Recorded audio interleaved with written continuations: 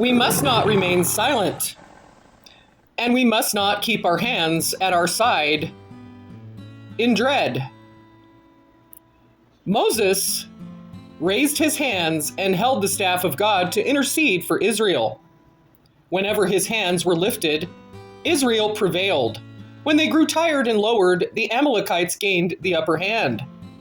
The strategy was that Joshua would lead the physical army into the battlefield, and Moses would stand on the hill praying, being the mediator for them from God. He was acting as the mediator.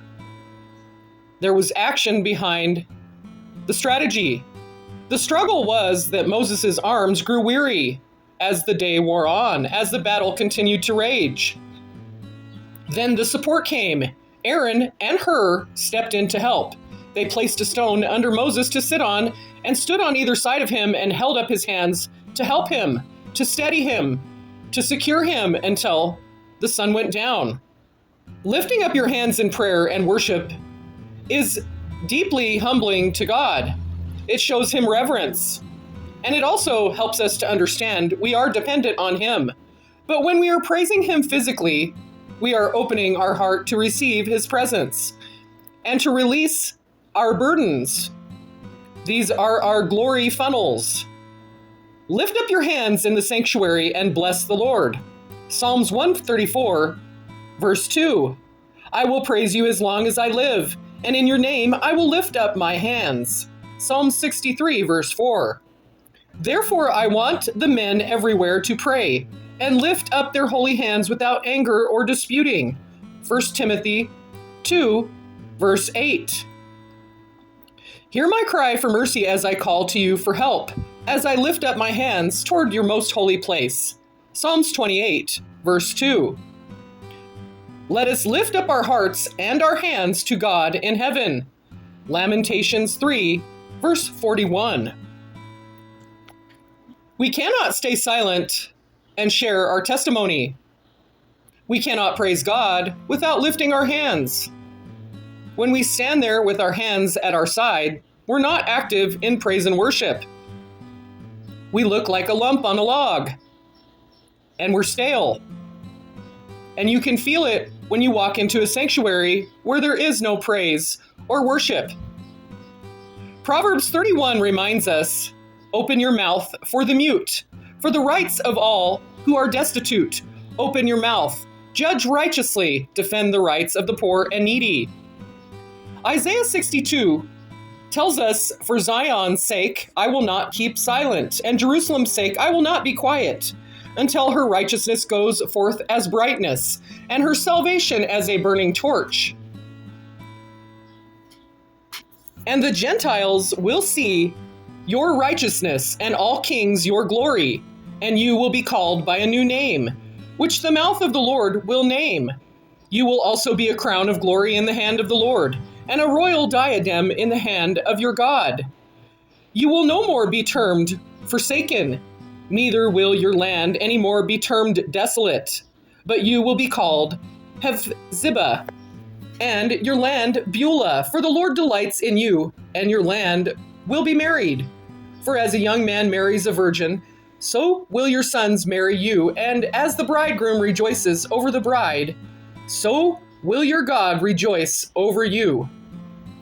I have set a watchman upon the walls, O Jerusalem, which will never hold their peace day or night. You that make mention of the Lord, do not keep silent. Give him no rest till he establish, until he makes Jerusalem a praise in the earth. The Lord has sworn by his right hand and by the arm of his strength.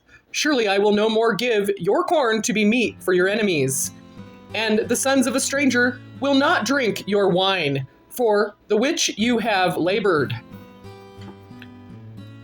Psalms 28 reminds us, to you, O Lord, I call, my rock, be not deaf to me, lest if you be silent to me, I become like those who go down to the pit. When Paul was walking and he had a vision, he was told to not be afraid, but to go on speaking and do not be silent in Acts 18.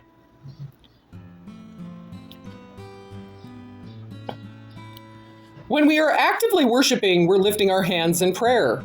and reverence and surrender and dependence on God. When you raise your hands, it is an action.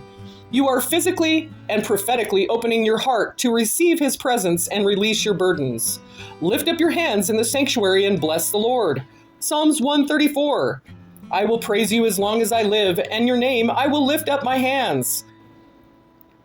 I will praise you as long as I live, and in your name I will lift up my hands. Psalm 63. Therefore I want the men everywhere to pray, lifting up their holy hands without anger or disputing. 1 Timothy 2, verse 8. And again, Psalms 28. Hear my cry for mercy as I call to you for help, as I lift up my hands toward your most holy place. And remembering Lamentations 3, let us lift up our hearts and our hands to God in heaven. When we overcome through our testimony, we are overcoming the accuser by pleading the blood of the Lamb and by sharing our testimony. Our testimony is a personal story that actively neutralizes shame and pushes back spiritual darkness. Jesus' testimony is the spirit of prophecy. When you share how God has moved in your life, you are prophetically declaring His character and His active work in the world. When we worship God actively, we're falling at God's feet to honor Him alone. We're creating an environment where God reveals His truth, and it shifts our perspective, giving us clarity on situations that previously seemed too difficult to understand.